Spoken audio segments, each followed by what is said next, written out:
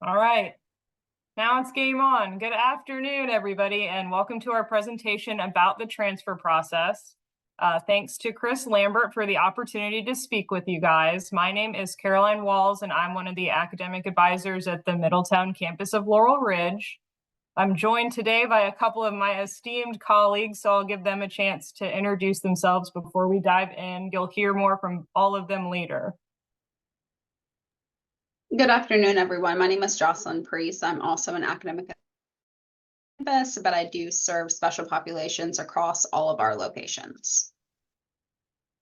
Hi, everyone. I'm Thomas Chalk. I'm also an academic advisor at the Middletown campus, and I mostly work with students who are pursuing IT majors and healthcare professions. Hi, I'm Christopher Vaughn. I'm an advisor at the Middletown campus, and I advise general studies specializations and liberal arts.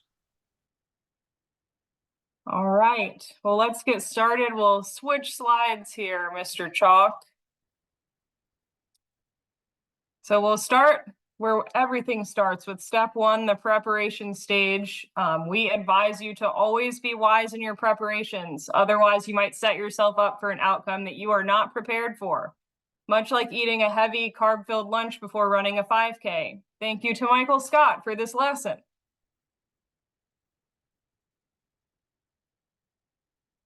So a meaty, lots of words on this slide. At this stage, you might be wondering, why should I bother transferring at all? So one of the major factors that pushes students to transfer and complete a bachelor's degree is the job market. Many employers today, particularly for professional positions, will not even offer job seekers an interview without a bachelor's degree. This is because in many cases, associate's degrees are not intended to stand alone. While we do offer applied associate's degrees at Laurel Ridge, most of our students are in Associates of Science or Associates of Arts and Sciences degree programs, which include elective and subject-specific courses meant to transfer into a bachelor's degree program. You will hear these degrees referred to as transfer degrees for this reason. By comparison, bachelor's degrees are intended as standalone degrees. This is because they give preparation for the professional job market through concentrated study in a particular field, offering students the opportunity to become an expert in something they are passionate about. As well, bachelor's degree programs typically offer students the chance to make additional professional connections through mentors and professors in their field. In many cases, bachelor's degree students have expanded opportunities for internships and experiential learning, giving students more hands-on experience in their field, which companies love to see on a resume after graduation. For students who want to increase their chances for professional employment after graduation, the extra time and effort required to attain a bachelor's degree almost always pays off. In short, associate's degrees do not always stand alone, but bachelor's degrees do. So, how can you personally know if earning a bachelor's degree will actually benefit you on the dollar bill side of things? The answer is research. Yeah, you have to look up some facts, figures, and educational requirements concerning your desired occupation. Think along the lines of your dream job or career here, because the prepare stage is all about the big picture ideas. And then align your academic plan to the path that will set you up for the most success. And don't forget that success also means having opportunities for advancement within the career field you choose to pursue. If your research on your dream job or career suggests a bachelor's degree or higher for the most opportunity for success and advancement, well, then you have yourself an answer. You've got to get those extra degrees.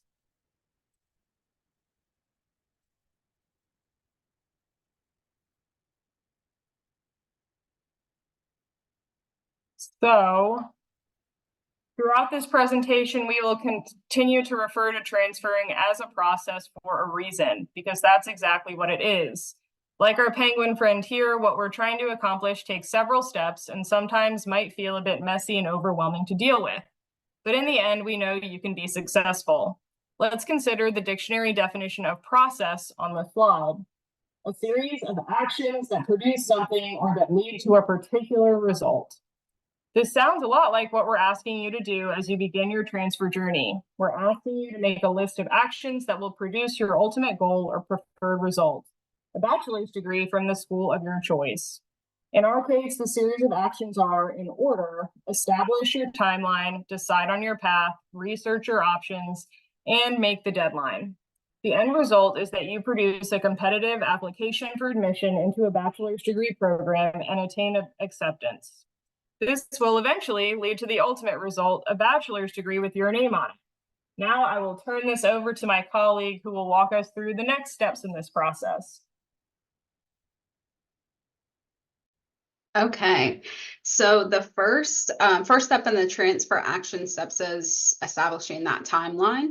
Included in these timelines are your deadlines and due dates. Some important things that you do want to consider when looking at these important dates are when you want to transfer and in which semester you want to start taking classes, whether that be the fall or spring semester.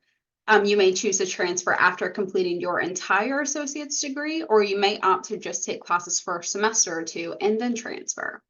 If you fall into the category of wanting to transfer prior to completing a degree, passport courses are universally transferable that satisfy those lower division general education requirements.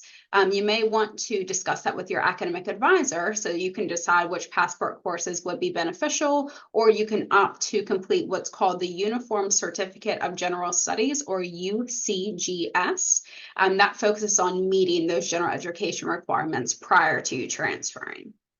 So once you have an idea of when you want to transfer, it's important to note that the best time to start researching transfer school options is 1 year before you want to start taking classes at your new institution. So if you have planned to transfer for fall of 2024, I hope you've already started that process and you're getting ready to submit your applications. And if you plan to transfer after fall of 2024, now is a good time to really get started on that research process. You want to make sure that you make note of all application dates and deadlines for some of your top or most interesting transfer schools. So all schools are a little bit different, but most institutions do have an application deadline for fall around March 1st and for spring around October 1st.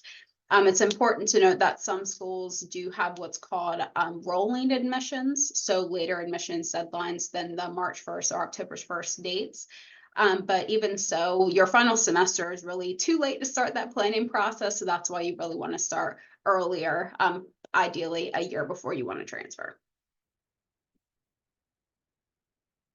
Okay, so as I'm sure you've gathered, research is very important throughout the entire transfer process.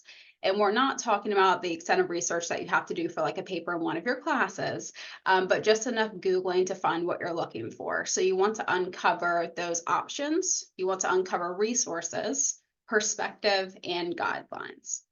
So we're going to research to uncover options. One great tool that all Laurel Ridge students have access to is a site called Transfer Virginia, which we're going to explore here for a minute. So Thomas, if you want to take us there. So this is still a work in progress.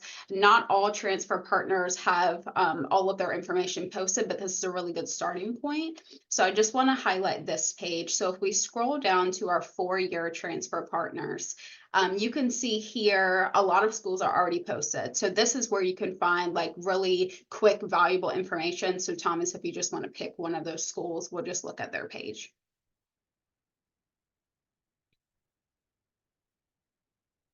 Okay, so ODU. So if you, at that top, the little pink button says ODU facts. So these are quick facts about the institution, if you're looking for that. And then if you want to scroll down, you can see more academic information, important dates, transfer opportunities, financial aid, all of that stuff. So if you're not sure, you have no idea where you want to transfer, you just want to look at the options that are there, Transfer Virginia is a really good starting point.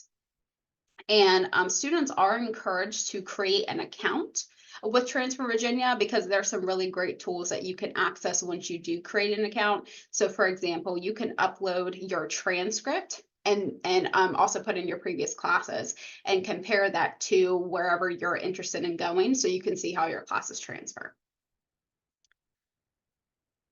And then the second resource I want to highlight is actually on our website. It's our transfer visits and events page.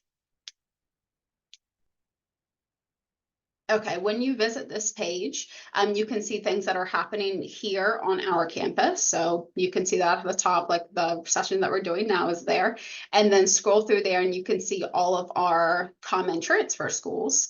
And then under each of those schools, it will have the transfer representative, their contact information, and if they're going to be visiting anytime on campus. So that is a really good resource. If you're trying to connect with a transfer representative, you can easily check this page and see how to contact them, or if they're actually going to be visiting us. So we can go back to the presentation. Yeah. So regarding those transfer representatives, they do recommend, and your advisors here will recommend, that you schedule one-on-one appointments with each representative of your target transfer school before you submit any applications. Because they can really walk you through the procedure and requirements of their school, but also be able to answer any questions that you may have about different aspects of academic life at their institution. So they really help uncover that additional perspective that you may need in order to make a decision on where you want to go. So I want to move on to sharing a few highlights concerning GAA guidelines. So first, remember that GAA stands for Guaranteed Admission Agreement. And this agreement refers to a binding document or contract between Laurel Ridge and each individual transfer institute. So the GAA then guarantees admission or acceptance to those Laurel Ridge students who meet the criteria set forth by that transfer institution. So because the details of each agreement are finalized by each individual transfer school, not all agreements have the same criteria, but typically things that they may include a minimum GPA requirement, minimum number of credits completed. Some agreements may also require specific courses to be completed, or have a maximum number of course retakes that are allowed, or have additional application documentation like letter of intent, things like that. The major takeaway from the GAA requirements is that they can vary significantly from school to school. So navigating those differences can be confusing at times. So that's why it's even more important to speak to those transfer representatives and make sure that you're planning early. So just to wrap up this section, 2 final thoughts. Just because a student meets the guaranteed admission agreement requirements, that does not mean that they're guaranteed acceptance into their desired major at that school. Some majors do have additional requirements that must be met outside of the guaranteed admission agreement. This is another detail that's really beneficial to talk to your transfer representatives about. And the GAA is not the only way to transfer either. So students are accepted competitively all the time. So if you don't meet the GAA requirements, that's okay. You can still apply as a regular transfer applicant. All right, I'm going to turn it over to Thomas now, and he'll continue with other aspects of the planning process.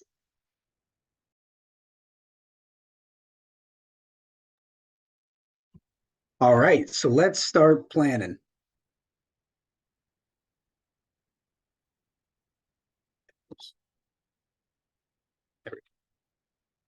All right, so let's talk academic planning. So it's important to plan out the remaining courses you have left to complete your degree to be sure you're set up to graduate your desired semester. So for example, make sure remaining classes you need to take will be offered in upcoming semesters. Ensure you've completed any prerequisites and figure out what is realistic course load for you to take during each of your remaining semesters. So use any remaining elective courses within your degree to fulfill pre-major requirements for your desired school or program. While it may be really fun to use all your elective credits on yoga and hiking, it may not be the most beneficial option for you in the long run. Your academic advisor and transfer representatives can help you in planning out your final semesters. Some universities offer documents called roadmaps or transfer guides that are really helpful in pointing out classes that are most beneficial for students to complete prior to transferring to their school. So let's take a look actually now at an example of one of these roadmaps. We're going to look at a document on Virginia Tech's website for their animal and poultry science major now. So here's a transfer roadmap from Virginia Tech. So this basically is just going to show all the courses that a student could take at a Virginia Community College, so Laurel Ridge in this case. It shows you all the different courses you can take, what they transfer to Virginia Tech as, and even more information, it shows what's actually required for this major if you want to get in this program at Virginia Tech, what's strongly recommended to make you competitive for getting the major, and then just what's overall recommended for you to do before transferring in. And then down here, it even provides some information for students who want to be pre-vet students and gives you some more information about classes. And down below, it breaks down those distinctions between required, strongly recommended, and recommended, and provides some even other good information about websites, talk more about the major transfer requirements, and provide some contact information for representatives from the program.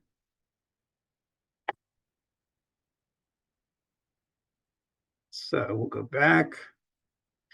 So it's really important to be efficient by completing as many pre-major requirements as possible prior to transferring. But don't take too many extra credits that do not align with your degree. It's not typically recommended. Remember, transfer schools will usually take a certain number of transfer credits. So unless you really need to take an extra class to meet admissions requirement, it's not overall recommended to take extra classes outside of what is required for your associate's degree. Lastly, you want to make sure you keep your grades up, especially if a class is a pre-major requirement. You will want to make sure you're getting having C's at least or higher in each class, and class retakes are an option as well. Okay.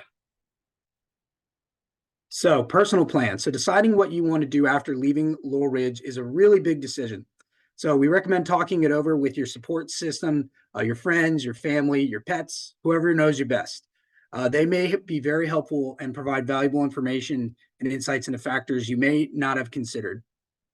Take everything into account, but do keep in mind, this is ultimately your decision.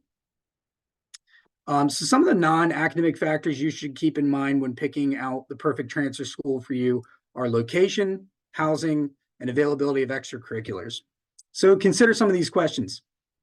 So for location, what is the distance from your home and from your job if you're working? What are the class delivery options? Do they have in-person, online, hybrid? Is the school located in a rural area or a city?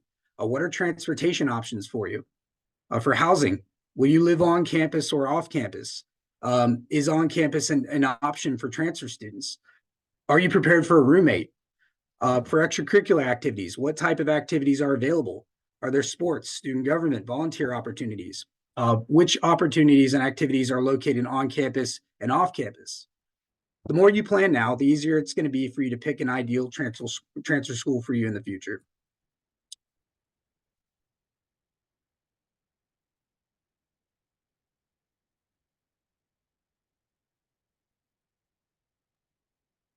So in order to succeed in college and focus on your studies, you also need a financial plan. Make sure to fill out your FAFSA by your school's priority deadline to ensure you're able to maximize the funds you're eligible for.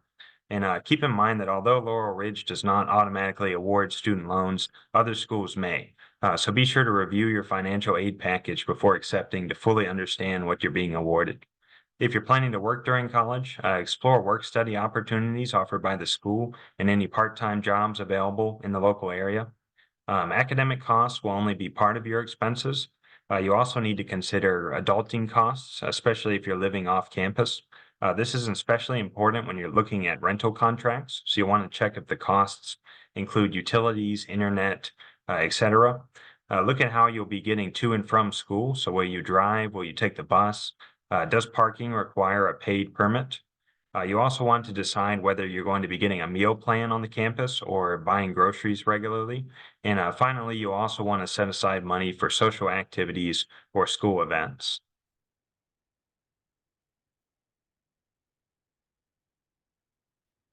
Make sure to begin your applications to colleges early. Most cannot be completed overnight and may require essays and additional documents to be gathered and sent. You will need to request official transcripts to be sent to the colleges you apply to. The transcripts are sent sealed through a service named Parchment. You can find a link to Parchment on Laurel Ridge's requested transcript page. For most schools, all documentation, including transcripts, need to be received by the college by the application due date. Since transcripts often take more than a week to reach the college, you'll want to request them early. And if you have any questions about the transfer process, the transfer representative at your intended school will be your best contact. They're the experts on the school and their admission processes.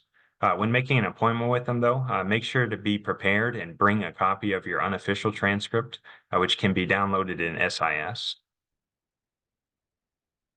So now that you've done your research and created your plan, you're ready to move on to the final steps in the process, completing your transfer application and graduating.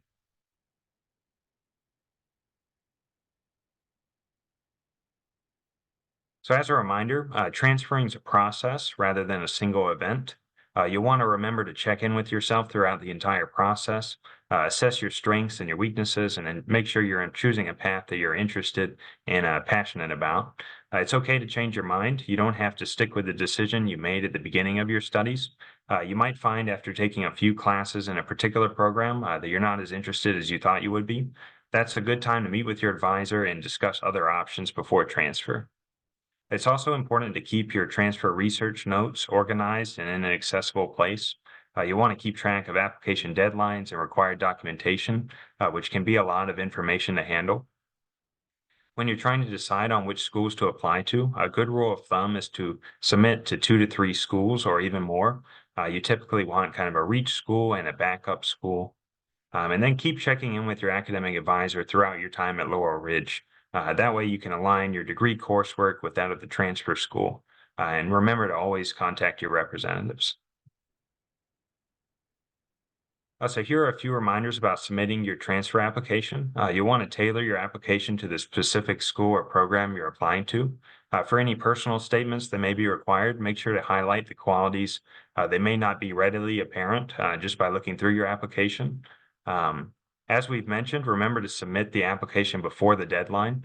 Make sure to make note if your specific major has an earlier application deadline than the general admissions application, or if you have to apply early to be eligible for specific scholarships. Have all of your supporting documentation ready well in advance of that deadline, including having mailed your transcripts. Right now, I'm going to turn it over to Caroline with a few more reminders. Okay, so we're talking about the end of this process now, huh? You've almost made it to graduation. Congratulations in advance on your awesome achievement. When you're approaching your last semester at Laurel Ridge, it's time to apply for graduation. You can complete the graduation application in your student center located in your SIS account.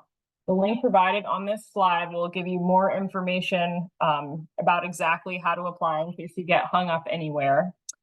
Something fun and important to note is that if you apply for graduation before enrollment opens for the next semester, you can enroll before the general population of students. So this will give you more class options and better class selection, which makes it easier to schedule your classes around your existing obligations.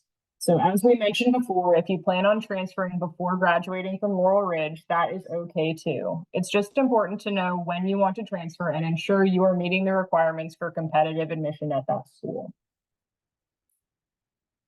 So this was a lot of information and the transfer process can feel overwhelming at the start. Please know that your Laurel Ridge advisor and the transfer reps that we connect you with from the other schools are here to help you along the way. We're glad to answer any questions you may have, or if you have a question we can't answer, we'll help you find the person who does. That is our pledge to you. At this time, we'd like to open the floor for any questions you might have regarding the presentation or just about the process as a whole.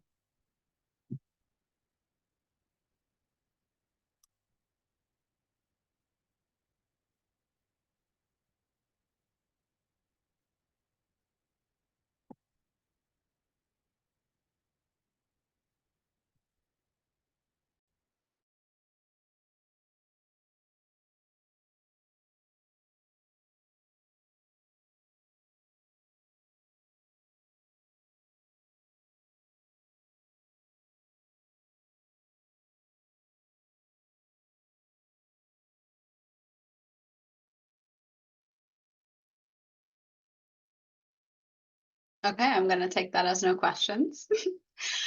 You all, for those students that are here, if you don't know who your academic advisor is, just let us know. We will be happy to look that up for you, get you in contact with them.